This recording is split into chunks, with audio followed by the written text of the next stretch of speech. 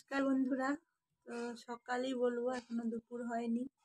তো দেখো স্নান টান করে নিয়েছি, ঠাকুর পুজো টুজো দিয়ে নিয়েছি, খাইনি কিছু এখনো, রান্না করতে চলে এসেছি। তো দেখি গরম জল বসিয়েছি, আমাদের বাবা স্নান করবে, তো গরম জলটা হয়ে গেলে এবার ভাত বসাবো। তো অনেকটাই বেলা হয়ে গেল, কাজে বসেছিলাম, মানে কাজটা ভেবেছি এক সাইড হয়ে আসছে, একটু করে উঠবো ভেবেছি, আর হলো না। যখনই বেশি জেদ করে করতে যাব হতে চায় না, অনেক দেরি হয়ে যায়, সেই জন্যই এতটা দেরি হয়ে গেল।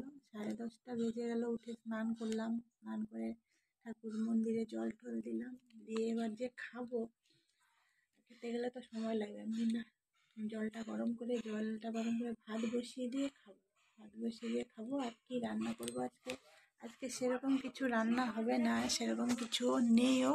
আর আমার আজকে ভালোও লাগছে না, সেরকম কিছু করতেও ইচ্ছা হচ্ছে না, শরীরটা যেন একটু খারাপ খারাপ লাগছে।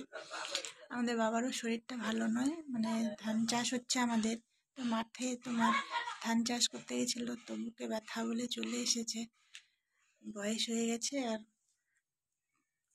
আগের মতন কি আর করতে পারে? সব জিনিসের একটা সময় থাকে। তো এখন তুমি যদি ভাবো এখনো আগের মতন করবো, আর কি হবে? তো বাবা শুয়ে আছে, মা চলে গেছে, আর ও গাড়ি নিয়ে গেছে, আমিও ভাত বসাবো।